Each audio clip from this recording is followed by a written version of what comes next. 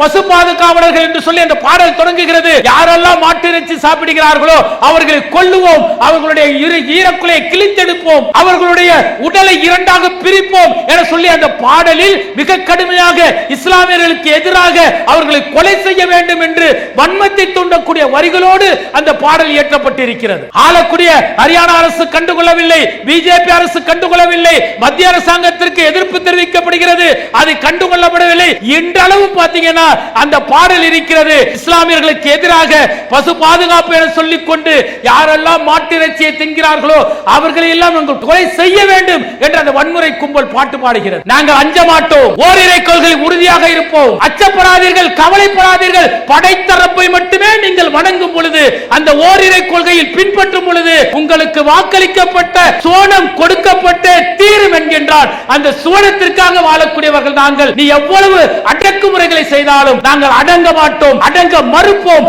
அன்பிற்கினிய சகோதர சகோதரிகளே, தமிழ்நாடு தௌஹீத் ஜமாத் பாண்டிச்சேரி முகமதியார் நகர் கிளையின் சார்பாக நடைபெறக்கூடிய இந்த மாபெரும் பொதுக்கூட்டத்தில் வஞ்சிக்கப்படும் இஸ்லாமியர்கள் என்கின்ற தலைப்பு எனக்கு வழங்கப்பட்டிருக்கிறது.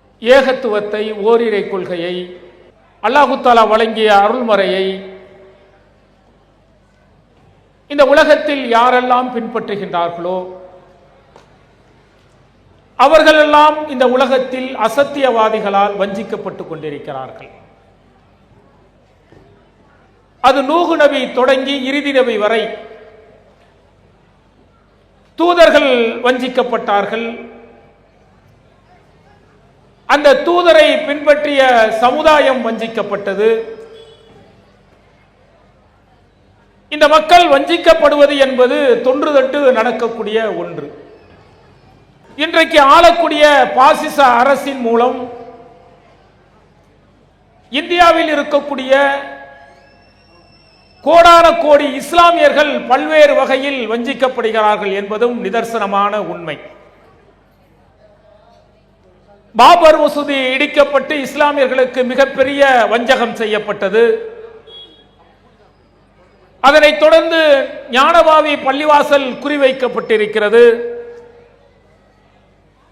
காஷ்மீர் சட்டம் 370 நீக்கப்பட்டு இஸ்லாமியர்களுக்கு மிகப்பெரிய துரோகம் செய்யப்பட்டிருக்கிறது.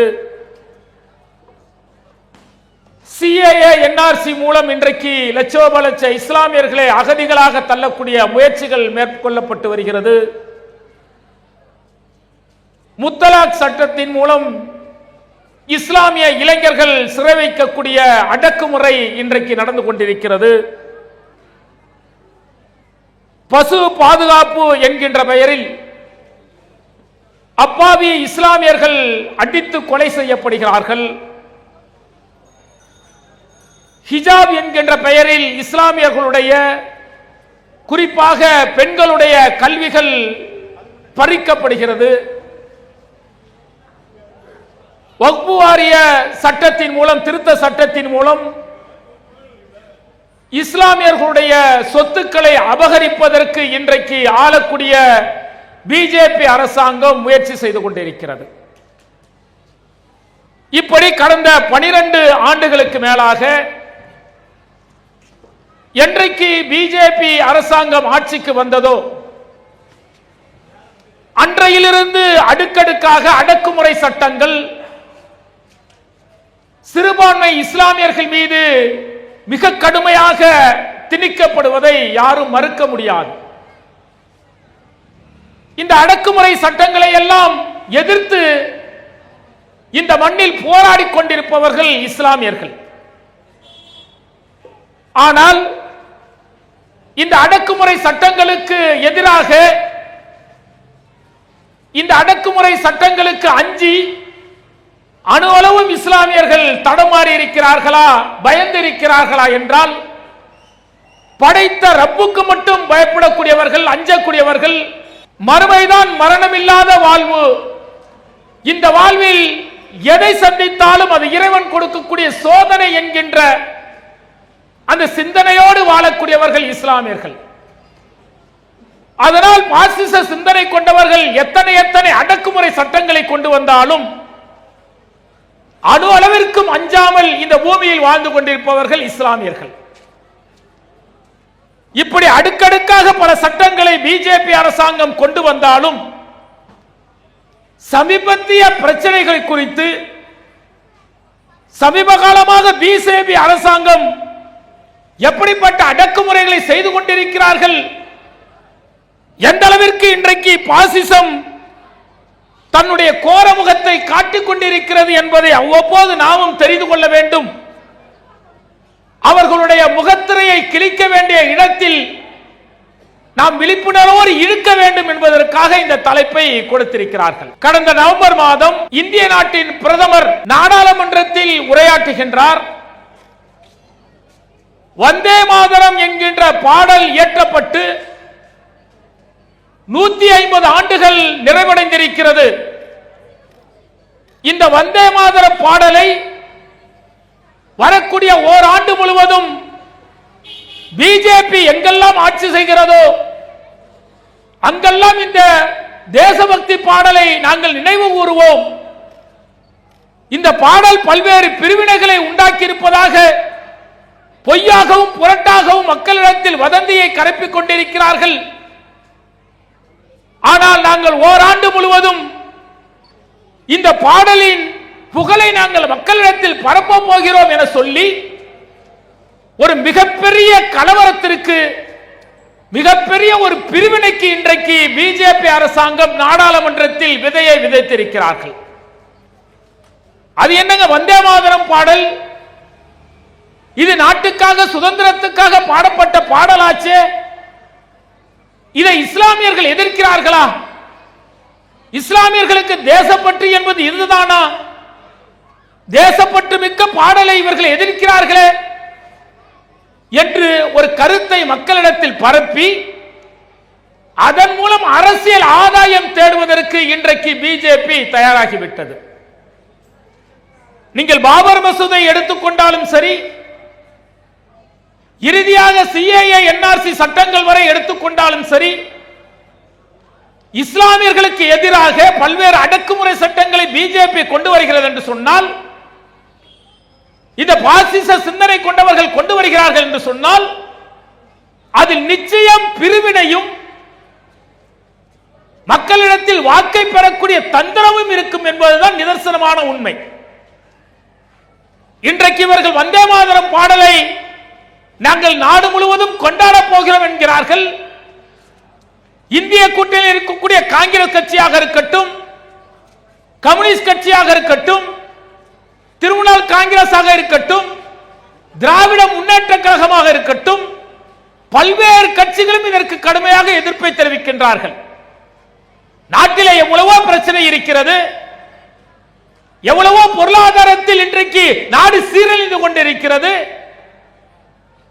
இந்திய நாட்டில் வாழக்கூடிய இஸ்லாமியர்கள் அவர்களுடைய உரிமையை இழந்து வாழ்ந்து கொண்டிருக்கக்கூடிய இந்த நிலையில், நாடு பொருளாதாரத்தில் பின்தங்கி சென்று கொண்டிருக்கக்கூடிய இந்த நிலையில் ஆளக்கூடிய பிஜேபி அரசாங்கம் வந்தே மாதரம் பாடலை ஏன் எடுக்கிறது என்பதை இன்றைக்கு எதிர்க்கட்சிகள் இன்றைக்கு பட்டவர்த்தனமாக உலகத்திற்கு எடுத்து காட்டுகிறார்கள். எதற்கு வந்தே மாதரம் பாடல் எடுக்கிறான் தெரியுமா? இன்னும் சில மாதங்களில், ஒரு 4-5 மாதங்களில் மேற்கு வங்க தேர்தல் நடைபெற இருக்கிறது, தமிழக சட்டமன்ற தேர்தல் நடைபெற இருக்கிறது, பாண்டிச்சேரி, கேரளா போன்ற மாநிலங்களில் தேர்தல் நடைபெற இருக்கக்கூடிய தருணத்தில் எப்படி அவர்கள் பாபர் மசூதியை உண்டாக்கி, பாபர் மசூதியை பிரச்சனையாக்கி அரசியல் ஆதாயம் தேடினார்களோ, அதுபோல வந்தே மாதரம் என்கின்ற ஒரு பாடலை எடுத்து, அந்த பாடலை இஸ்லாமியர்கள் எதிர்ப்பார்கள். இந்த பாடலை பாடும் பொழுது, பாட சொன்னால் அவர்கள் மறுப்பார்கள். இதனால் அவர்கள் தேச துரோகிகள் என முத்திரை குத்தி அதன் மூலம் இந்திய இஸ்லாமிய மக்களிடத்தில் பிரிவினை உண்டாக்கி அதன் மூலம் 4-5 மாநில தேர்தல்களில் அரசியல் ஆதாயம் தேடுவதற்கு இன்றைக்கு இந்த பிஜேபி தயாராக இருக்கிறது. அவ வந்தே மாதரம் பாடலை நாம் ஏன் எதிர்க்கின்றோம்? அந்த வந்தே மாதரம் பாடலில் என்னதான் இருக்கிறது நாம் தெரிந்து கொள்ளணுமா இல்லையா? நாளைக்கு வந்தே மாதரம் பாடல் பாத்தீங்கன்னா ஒரு ஸ்கூல்ல பாடப்படும் அல்லது ஏதாவது ஒரு பொதுவான இடத்தில் பாடப்படும். அந்த வந்தே மாதரம் பாடல் பாடும் பொழுது இஸ்லாமியர்கள் அந்த பாடல் பாடும்போது வெளியே வருவார்கள். அந்த பாடலை நீங்கள் பாட வேண்டும் என நிர்பந்திக்கும் போது அதை மறுப்பார்கள். அப்போது ஒரு பிரச்சனை ஏற்படுமே. இந்த பிரச்சனையை வைத்துக் கொண்டு அரசியல் ஆதாயம் தேட முயற்சிக்கிறார்கள். இப்ப இந்த வந்தே மாதரம் என்ன, இதனுடைய வரலாறு என்ன என்பதை நாம் தெரிந்து கொண்டால்தான் இந்த பாசிச சிந்தனை கொண்டவர்கள் ஒற்றுமையாக இருக்கக்கூடிய இந்து இஸ்லாமிய கிறிஸ்துவ மக்களிடத்தில் எப்படி பிரிவினை உண்டாக்குகிறார்கள் என்பதை நாம் தெரிந்து கொள்ள முடியும், பிறருக்கும் சொல்ல முடியும். இந்த வந்தே மாதரம் பாடல் இருக்கிறது இல்லையா, இந்த வந்தே மாதரம் பாடல் பாத்தீங்கன்னாக்க 1875 வங்காளத்தை சேர்ந்த சந்திர சாட்டர்ஜி என்பவரால் எழுதப்படுகிறது. இந்த வந்தே மாதரின் பாடலின் 3 வரிகள் நாட்டுப்பற்றை பறைசாற்றக்கூடிய வகையில் இருக்கும். ஆனால் இந்த பாடலின் உள்ளர்த்தத்திற்கு சென்றால், இந்த பாடல் எழுதப்பட்ட விதம், இந்த பாடல் எதற்காக எழுதப்பட்டது என்பதை நாம் தெரிந்து கொண்டோம் என்று சொன்னால், எந்த அளவிற்கு பார்ப்பன சிந்தனை இந்த மண்ணில் ஊற்றப்பட்டு அவர்களுடைய அந்த வெறி பிரித்தாலும் சூழ்ச்சி எந்த அளவிற்கு விரித்து வைக்கப்பட்டிருக்கிறது என்பதை நம்மால் புரிந்து கொள்ள முடியும். இந்த சந்திர சாட்டர்ஜிங்கிறவர் 1875 இந்த பாடலை எழுதுகிறார். இதற்கு முன் சிறிய வரலாறு நீங்கள் தெரிந்து கொள்ள வேண்டும். 1875 இந்த பாடலை எழுதுகிறார் என்றால் அதற்கு ஒரு 20 ஆண்டு 25 ஆண்டுகளுக்கு முன்புதான் 1853 முதல் 1857 முதல் சிப்பாய் கழகம் என்று சொல்லக்கூடிய முதல் சுதந்திர போர் இந்தியாவில் நடைபெறுகிறது. அவ இந்தியா, பாகிஸ்தான், வங்கதேசம் எல்லாம் ஒன்றாக இருக்கிறது. ஆங்கிலேயர்கள் ஆட்சிகள் அடக்குமுறை இந்தியாவில் திணிக்கப்படுகிறது. அந்த நேரத்தில் ஆங்கிலேயரை எதிர்ப்பதற்கு என்ன செய்தார்கள் தெரியுமா? ஒரு இஸ்லாமிய மன்னர் பாபர் அவருடைய அந்த ஜாபர் அவர்களுடைய தலைமையில் என்ன செய்கிறார்கள்? முதல் சுதந்திர அந்த விடுதலை போரை அவர்கள் எதிர்க்கிறார்கள். ஜாபர் ஷா தான் அந்த முதல் சுதந்திர போராட்டத்திற்கு தலைமை ஏற்கிறார். ஒரு முஸ்லிம் மன்னர் தலைமை ஏற்கிறார். ஆங்கில படைகள் விரட்ட விரட்ட அடித்து விரட்டப்படுகிறது. இதான் முதல் சிப்பாய் கழகம். ஆங்கிலேயர்கள் விரண்டு ஓடினார்கள். வந்த படைகளோடு அவர்கள் பிரான்சுக்கு மீண்டும் அவர்கள் நாட்டுக்கே செல்ல வேண்டிய மிகப்பெரிய தோல்வி ஆங்கிலேயருக்கு ஏற்படுகிறது. யாருடைய தலைமையில்? ஜாஃபர் ஷா என்கின்ற இந்த முதல் சுதந்திர போராட்டத்திற்கு தலைமையேற்றாரே ஒரு இஸ்லாமியர் தலைமையில் அவர்கள் விரட்டப்படுகிறார்கள். மிகப்பெரிய வெற்றி கிடைக்கிறது. அப்போதான் பார்ப்பனர்களுடைய சூழ்ச்சி வேலை பார்க்கிறது. ஏன்னா இவ்வளவு பெரிய நாட்டுக்கு ஒரு இஸ்லாமிய மன்னர் ஜாஃபர் ஷா அவர்கள் தலைமை ஏற்று ஆங்கிலேயரை விரட்ட விரட்ட ஓட அடிக்கின்றாரே, இதே நிலை சென்றது என்று சொன்னால் இஸ்லாமியர்கள் கீழே நாம் வாழ வேண்டிய நிலை வருமே என நினைத்து ஆங்கிலேயருடைய கால் வருடியாக மாறிய இந்த பார்ப்பன சமூகம் என்ன செய்கிறது? பிரித்தாளும் சூழ்ச்சியை செய்கிறது. அப்பதான் இந்த சாட்டர்ஜி என்ன பண்ணுகிறார்? ஆனந்த மடம் என்கின்ற ஒரு நாவலை எழுதி அதை நாடகமாக எடுக்கிறார். அந்த ஆனந்த மடம் என்கின்ற நாவலை தழுவலாக எடுக்கப்பட்ட அந்த நாடகத்தில் இந்த வந்தே மாதரம் என்கின்ற பாடல் இடம்பெறுகிறது. இந்த வந்தே மாதரம் பாடல் எங்கே இருந்து வருகிறது? இந்த சாட்டர்ஜி எழுதிய ஆனந்த மடம் என்கின்ற ஒரு நாவலை கொண்ட கதையில் இந்த பாடல் வருகிறது. இந்த நாவல் எப்படி படமாக எடுக்கப்பட்டது? இந்த நாவலின் கதையம்சம் என்ன தெரியுமா?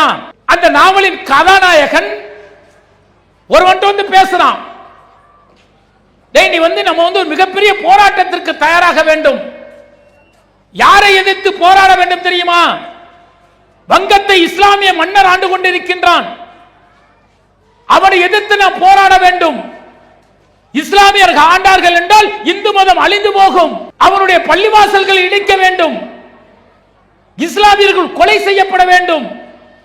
இஸ்லாமிய மன்னருக்கு எதிராக நாம் மிகப்பெரிய புரட்சியை ஏற்படுத்த வேண்டும் என்ற கதையின் நாயகன் என்ன சொல்கின்றான்? சக நண்பனிடத்தில் சொல்கின்றான். அப்ப அந்த நண்பன் சொல்கின்றான், இஸ்லாமிய ஆட்சி மிக சிறப்பாக நடந்து கொண்டிருக்கிறது, இதற்கு எதிராக நாம் ஏன் போராட்ட வேண்டும்?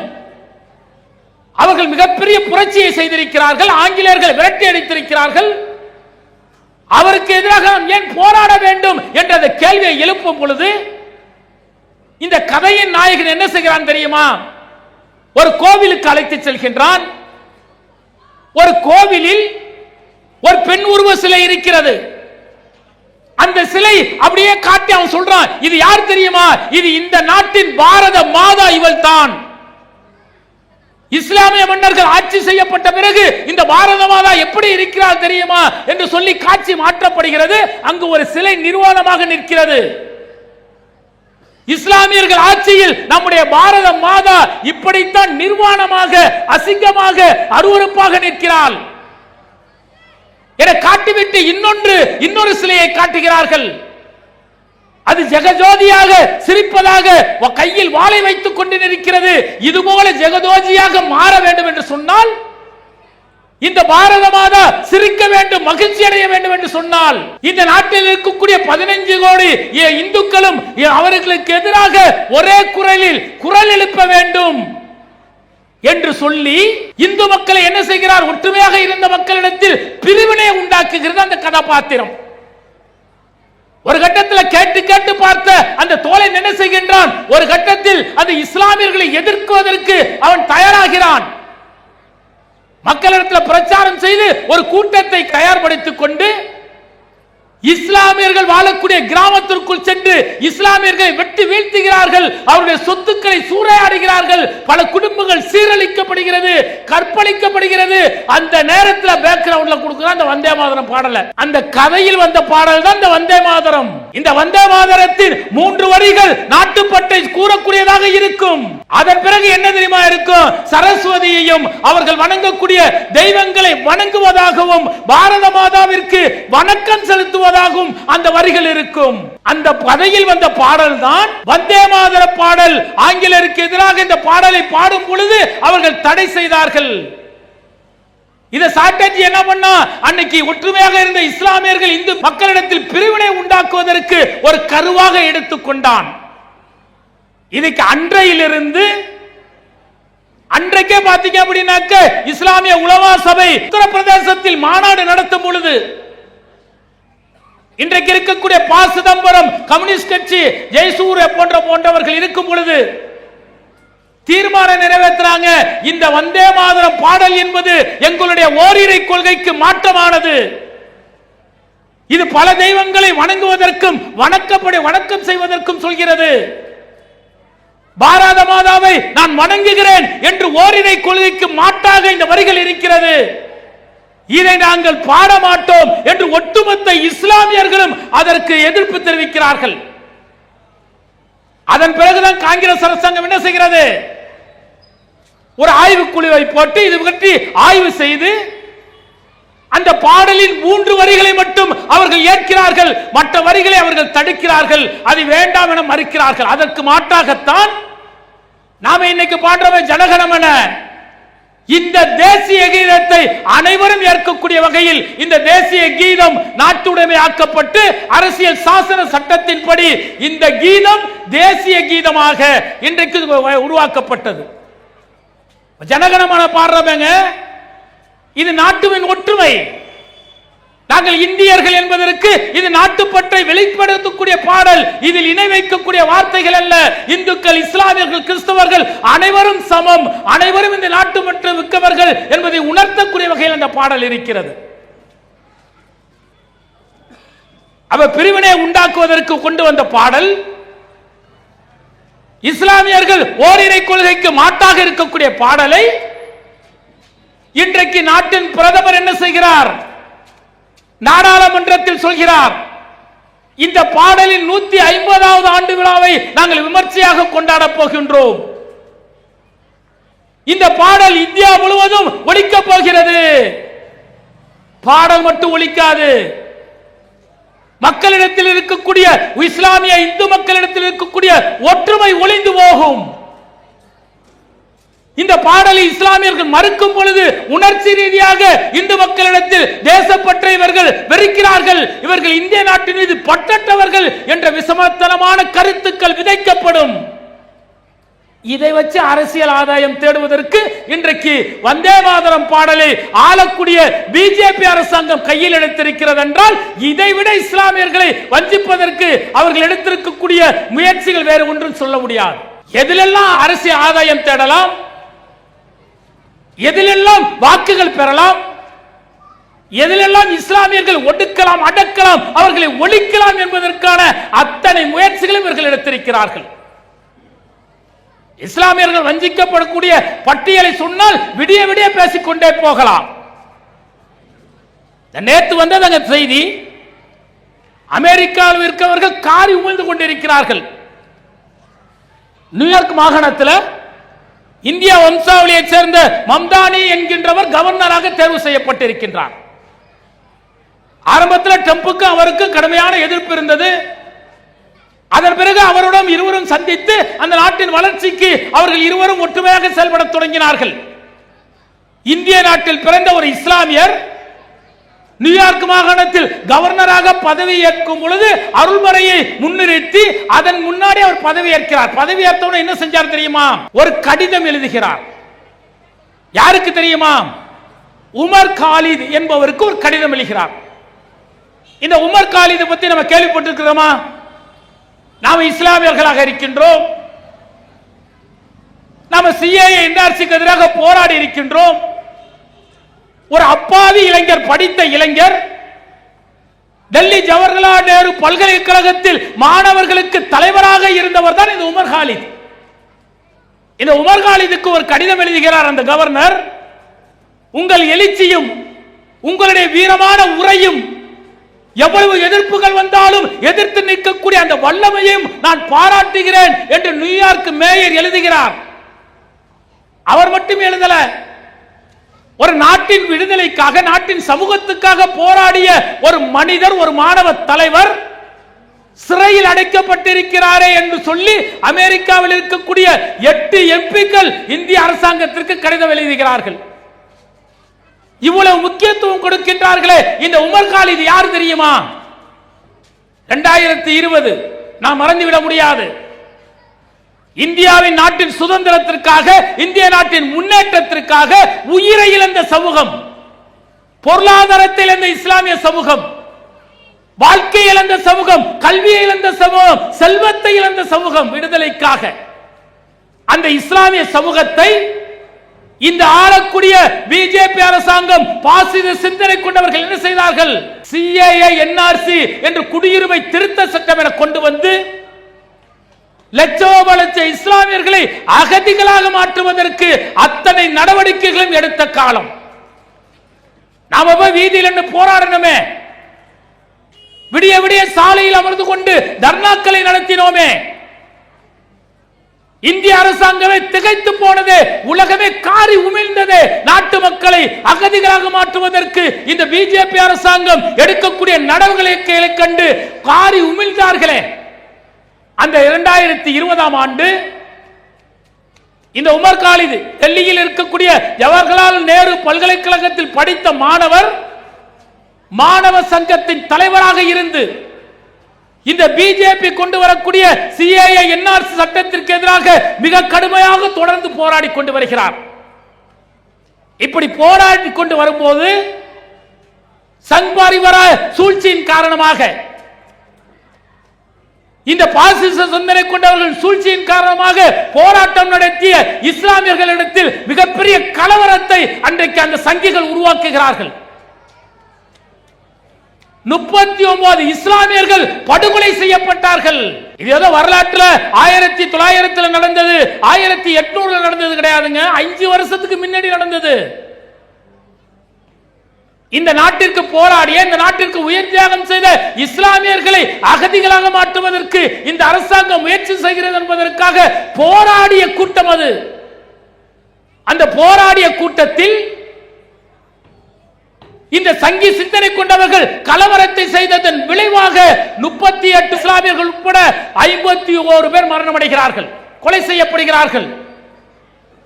அதற்கு காரணமானவர் இந்த உமர் காலித் என சொல்லி ஆளக்கூடிய பிஜேபி அரசாங்கம் என்ன செய்ய தெரியுமா? அவரை கைது செய்தது. அவரோடு சேர்த்து 4 நண்பர்களையும் கைது செய்தது. 5 வருஷம் ஆச்சுங்க. 5 வருடம் ஆகிறது அவர்களை கைது செய்து. 5 வருடங்களாக இவர்கள் பல்வேறு கட்ட போராட்டங்களை நடத்துகிறார்கள். இதுவரை பார்த்தீங்கன்னா அவர்கள் விசாரணை கைதிகளாக இன்றும் சிறையில் அடைக்கப்பட்டிருக்கிறார்களே தவிர கோர்ட்ல போய் இவர்கள் குற்றவாளிகள் என நிறுத்தப்படவில்லை. உபாங்கர சட்டத்தை அவர்கள் மீது போட்டு விசாரணை என்கின்ற அடிப்படையில் இந்த நாட்டு மக்களுக்காக, நாட்டின் போராட்டத்திற்காக, சுதந்திரத்திற்காக போராடிய மக்களை வழி நடத்தியதற்காக இந்த மாணவ சங்க தலைவர் உமர் காலித் 5 வருடங்களாக சிறையில் இருக்கிறார். கோர்ட்டுக்கு போறான், ஜாமீன் மறுக்கப்படுகிறது. கோர்ட்டில் முயற்சி செய்கிறார்கள், குற்றப்பத்திரிகை தயாராகி கொண்டிருக்கிறது, அவரை வெளியே விட்டால் சாட்சிகள் அழித்து விடுவார், அவரை வெளியே விடக்கூடாது என்று சொல்லி டெல்லி காவல்துறை கடுமையான எதிர்ப்புகளை தெரிவிப்பதால் 5 ஆண்டுகளாக அவர் வெளியே வர முடியவில்லை.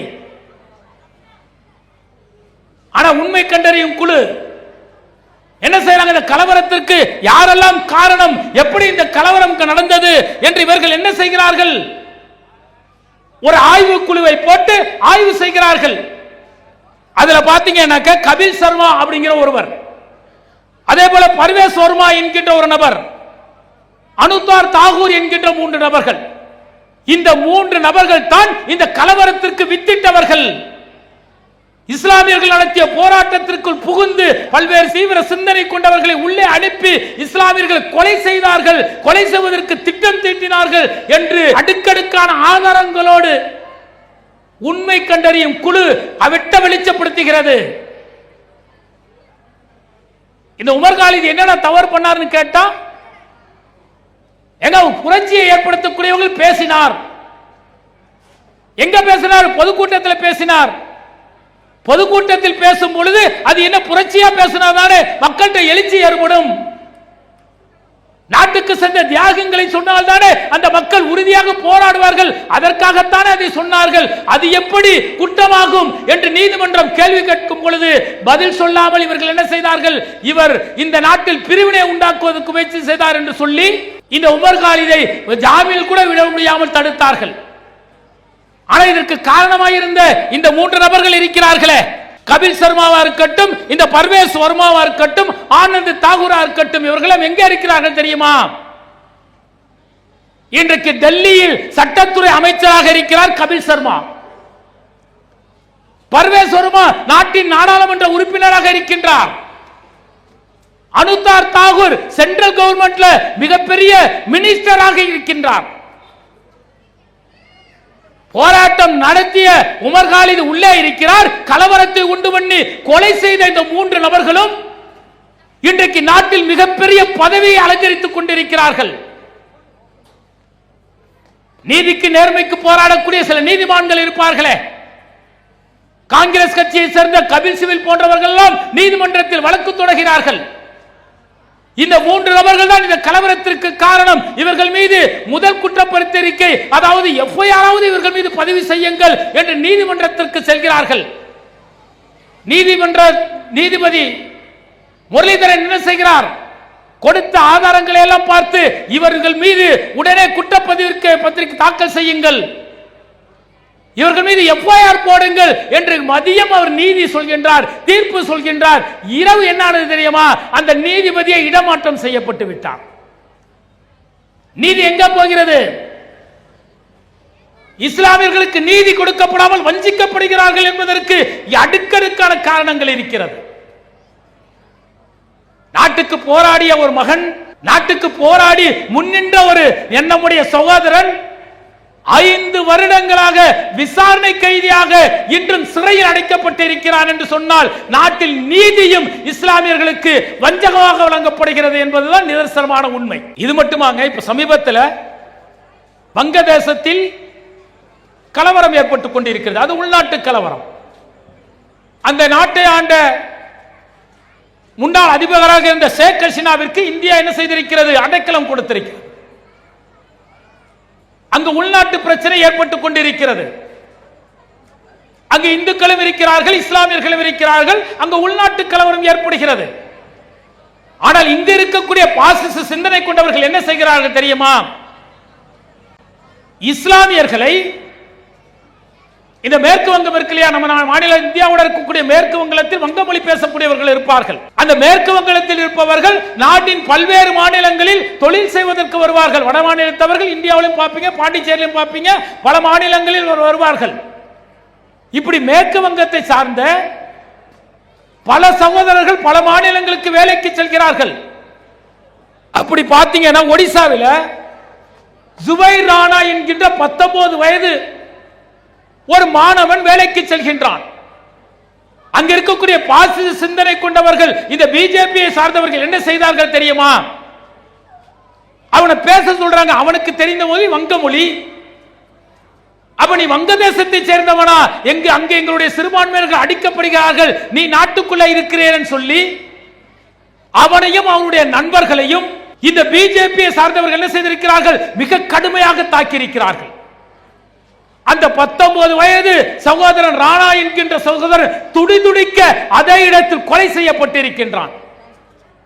எதுக்குடா அவங்க அடிச்சு கொலை செஞ்சா? என்ன பாவம் செஞ்சான் அப்படின்னா, வங்க மொழி பேசினா அதனால அவன் அடிச்சோம், அவன் வங்கதேசத்துக்காரன் என நினைத்து அடித்தோம் என்று இன்றைக்கு பகிரங்கமாக அவர்கள் சொல்கிறார்கள். அவனை வங்கதேசத்தை சார்ந்தவனா, மேற்கு வங்கத்தை சார்ந்தவன், நம்முடைய நாட்டில் இருக்கக்கூடிய ஒரு மாநிலத்தை சார்ந்த சகோதரன் வேலைக்கு வந்தான் என்பதற்காக அவன் வங்கதேசத்தை சேர்ந்தவன் என சொல்லி வங்கத்தை பேசுகிறான் என்பதற்காக அடித்தே கொலை செய்திருக்கிறது இந்த பாசிச கும்பல் என்றால் இந்தியாவில் இஸ்லாமிய நிலை புரிகிறதா உங்களுக்கு? இஸ்லாமியர்களுக்கு மட்டும் இல்லங்க, இதே கேரளாவில் ராம் நாராயணன் என்கின்ற ஒருவர் மேற்கு வங்கத்தை சார்ந்தவர் வேலைக்கு வந்திருக்கிறார். அங்க இருக்கக்கூடிய பிஜேபி காரர்கள் என்ன செய்தார்கள் தெரியுமா?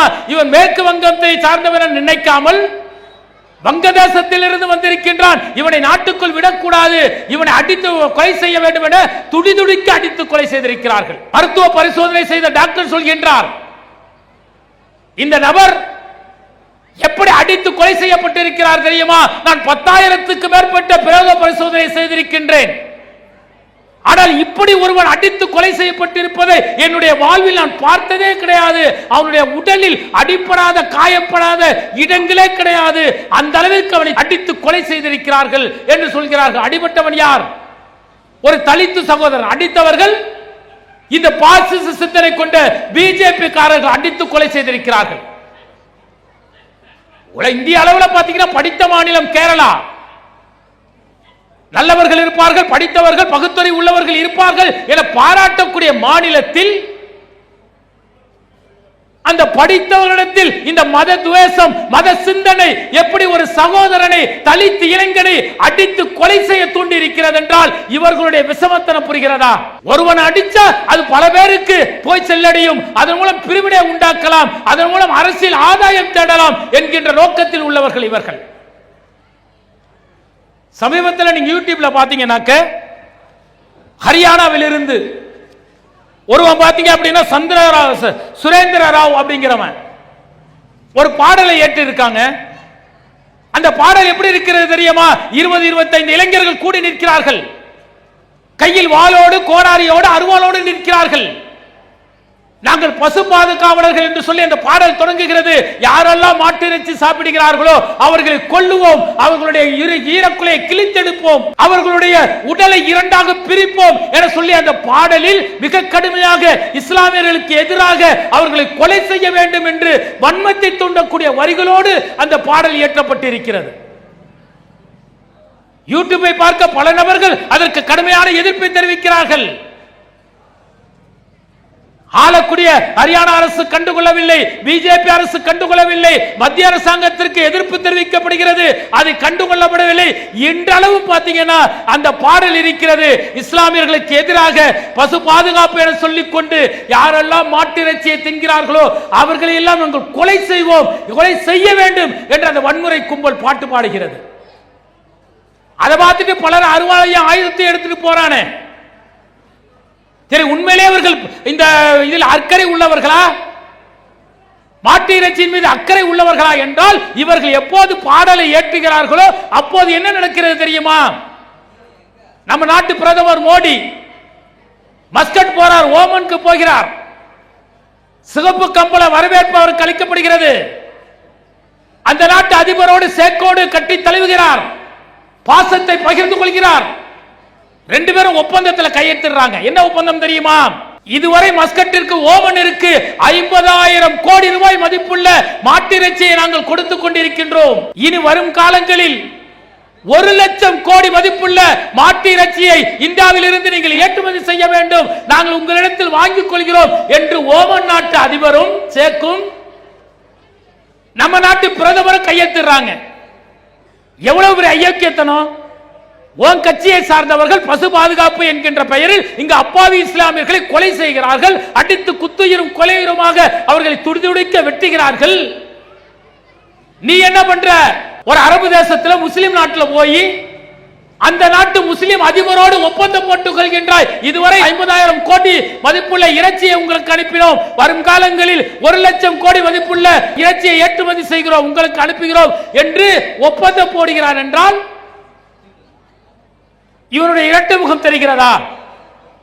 வந்தே மாதரத்தில் தொடங்கி மாட்டிறைச்சி வரை இவர்கள் இப்படிப்பட்ட 2 நிலைப்பாடுகளை எடுப்பவர்கள் என்பதற்கு அடுக்கடுக்கான ஆதாரம் இருக்கிறது.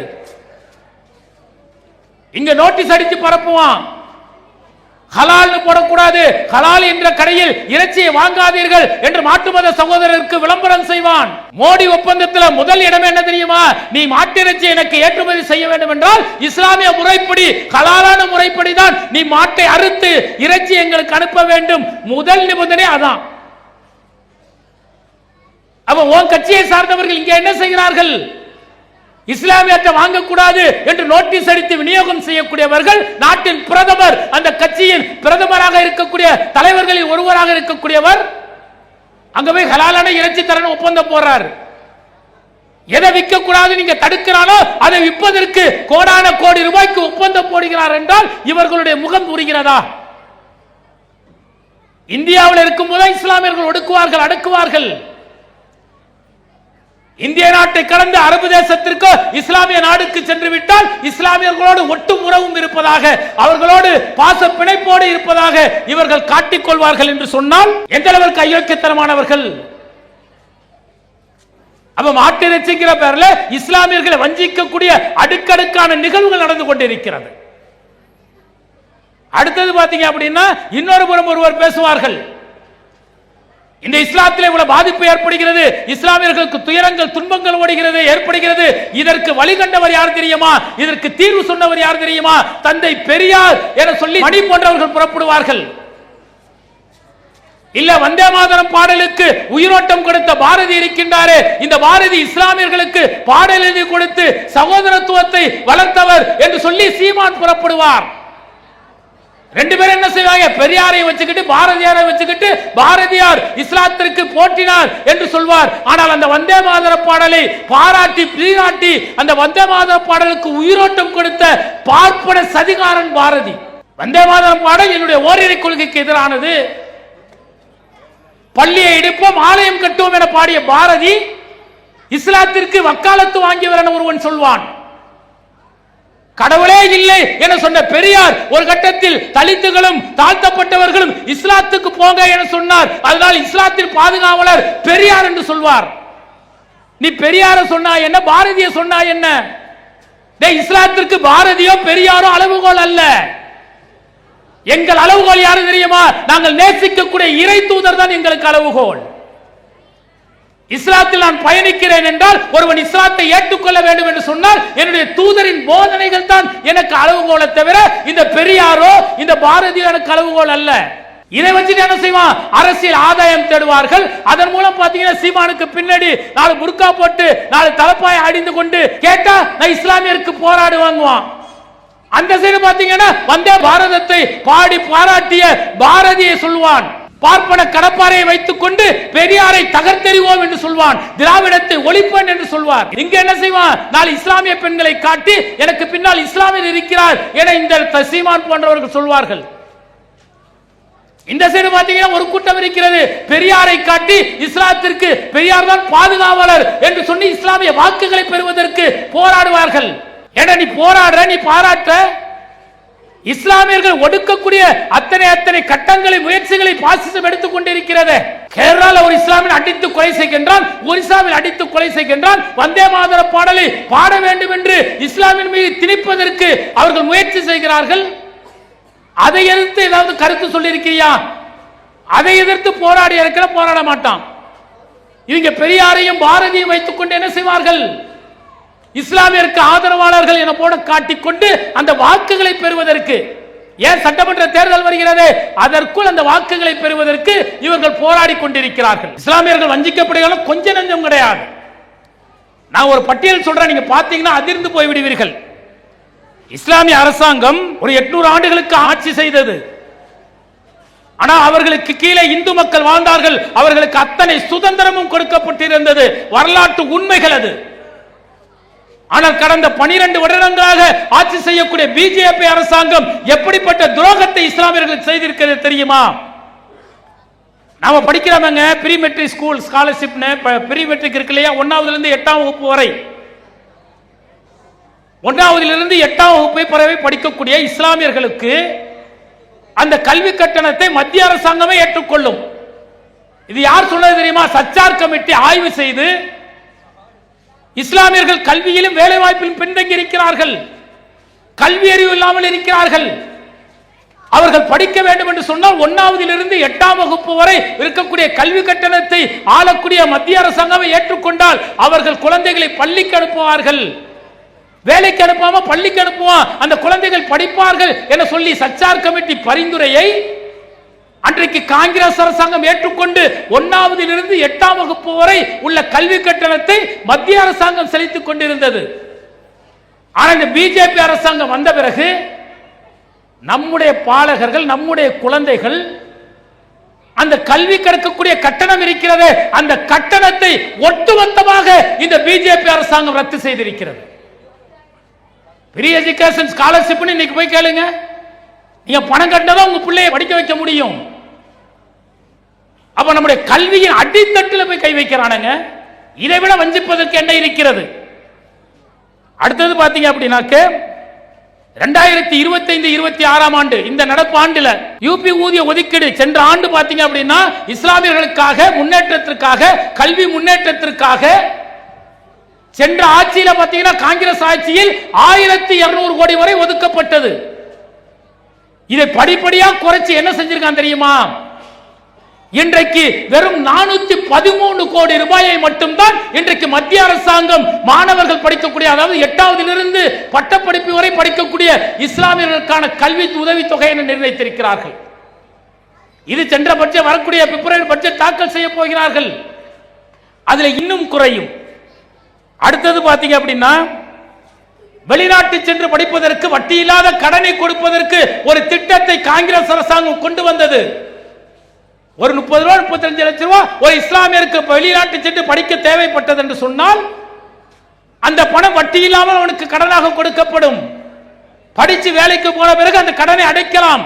சச்சார் கமிட்டி கொடுத்த அடிப்படையில் இந்த வெளிநாட்டுக்கு சென்று படிக்கக்கூடிய வாய்ப்பினை இஸ்லாமியர்கள், சிறுபான்மையினர், கிறிஸ்துவ இஸ்லாமியர்கள் பெற வேண்டும் என்பதற்காக இந்த திட்டம் நடைமுறைப்படுத்தப்பட்டது.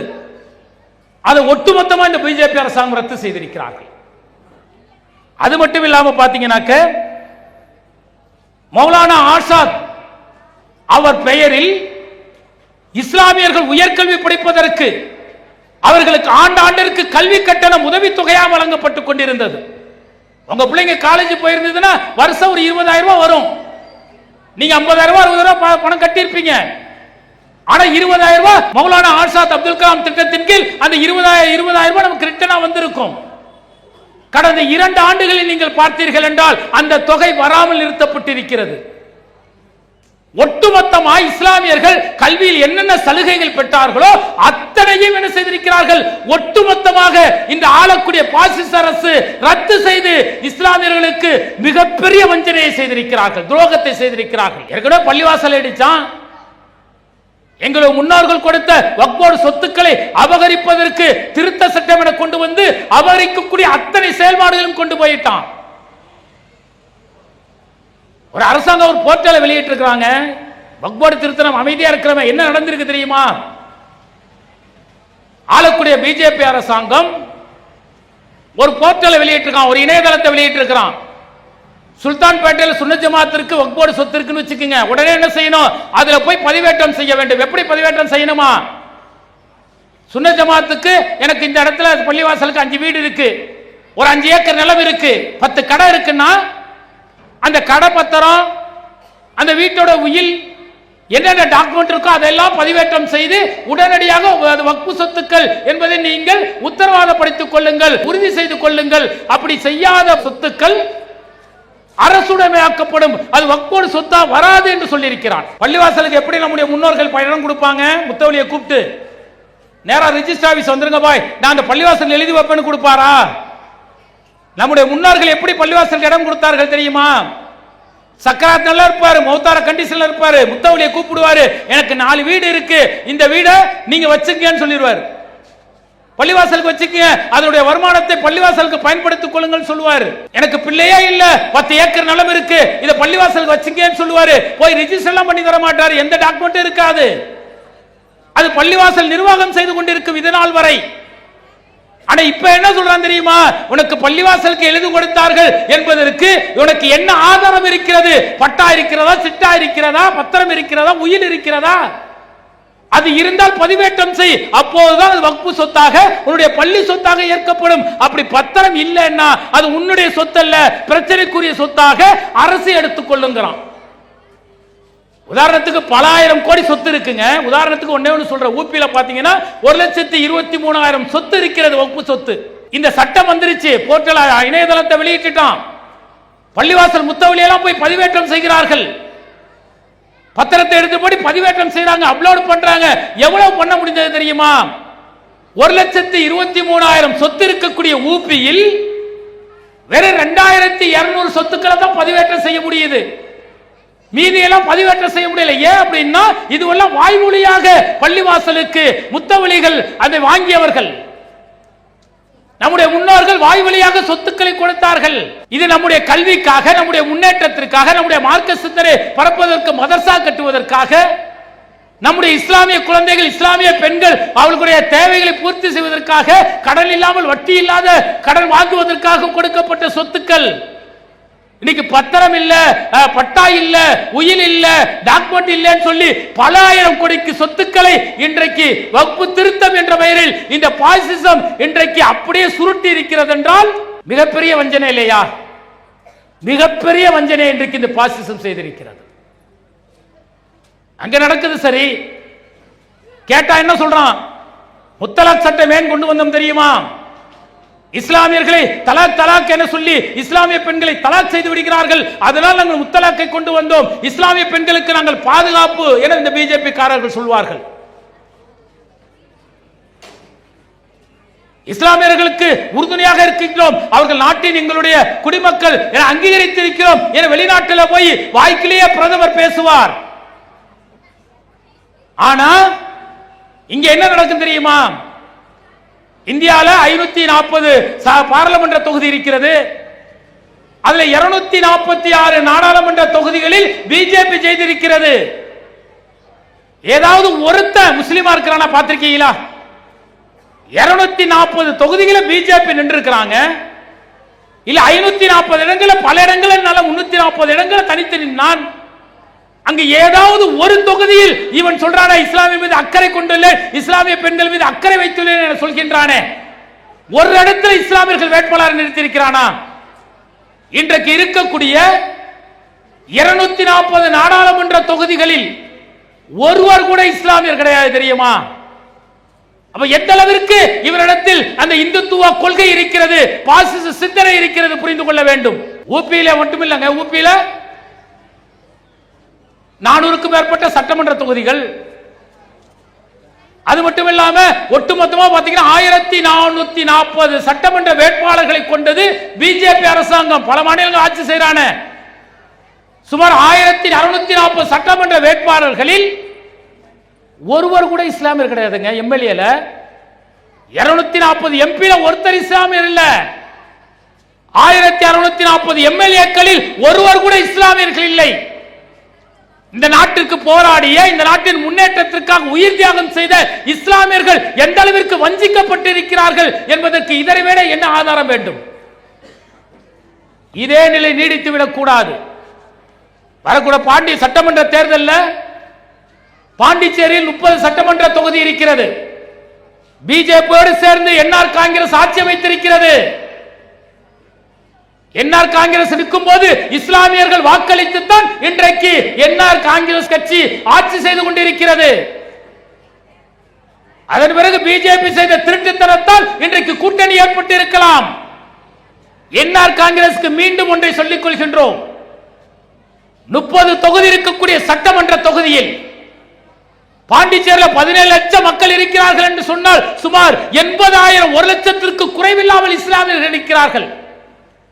விகிதாச்சாரத்தின் அடிப்படையில் உங்களுடைய தொகுதியில் 3 நபர்களுக்கு இஸ்லாமியர்களுக்கு நீங்கள் வேட்பாளராக அறிவித்து அவர்கள் நிற்பதற்கான வழிவகையை செய்ய வேண்டும். விகிதாச்சார அடிப்படையில் 17 லட்சம் மக்கள் இருக்கிறானா 1 லட்சம் மக்கள் இஸ்லாமியர்கள் இருக்கிறார்கள். விகிதாச்சார அடிப்படையில் உன்னுடைய கட்சியை சார்ந்த இஸ்லாமியர்கள் வேட்பாளர் நிறுத்து. இது என்ஆர் காங்கிரசுக்கு மட்டுமல்ல, காங்கிரசுக்கு நாங்கள் வைக்கக்கூடிய கோரிக்கை, திராவிட முன்னேற்ற கழகத்துக்கு நாங்கள் வைக்கக்கூடிய கோரிக்கை. இஸ்லாமிய வாக்குகள் கட்சிக்கு வேண்டும் என்று சொன்னால் உன்னுடைய கட்சியில் எங்களுடைய இஸ்லாமியர்களுக்கு விகிதாச்சாரத்தின் அடிப்படையில் முன்னுரிமை கொடு. அவன் பாசிசத்தில் கொண்டவன் நாடாளுமன்றத்தில் கொடுக்கல, சட்டமன்றத்தில் கொடுக்கல, எங்களுடைய வாக்கை பெற்று ஆட்சி செய்யக்கூடிய இந்த கட்சி என்ன செய்ய வேண்டும்? எங்களுக்கு விகிதாச்சார அடிப்படையில் உன்னுடைய கட்சியை சார்ந்தவர்களையாவது வேட்பாளரை நிறுத்த வேண்டும். அது மட்டுமல்ல, வக்ஃபோர்டு திருத்தம் செய்யப்பட்ட பிறகு இன்றும் தேர்தல் நடத்தப்படாமல் இருக்கிறது. மத்திய அரசாங்கம் ரத்து செய்த கல்வி உதவி தொகைகளை வக்ஃப் போர்டு மூலம் தருவதற்கு தமிழக அரசு எப்படி முயற்சி செய்திருக்கிறதோ அதுபோல இங்கு வக்ஃப் போர்டு திருத்தம் செய்யப்பட்டதென்றால், தேர்தல் நடத்தப்பட்டது என்று சொன்னால் அந்த நிர்வாகம் ஏழை எளிய இஸ்லாமியர்களுக்கு கல்வி கடன், தொழில் கடன் தருவதற்கு முன்வரும். இன்னும் என்ஆர் காங்கிரஸ் இதுவரை அதற்கான முயற்சி எடுக்காமல் இருக்கிறார்கள்.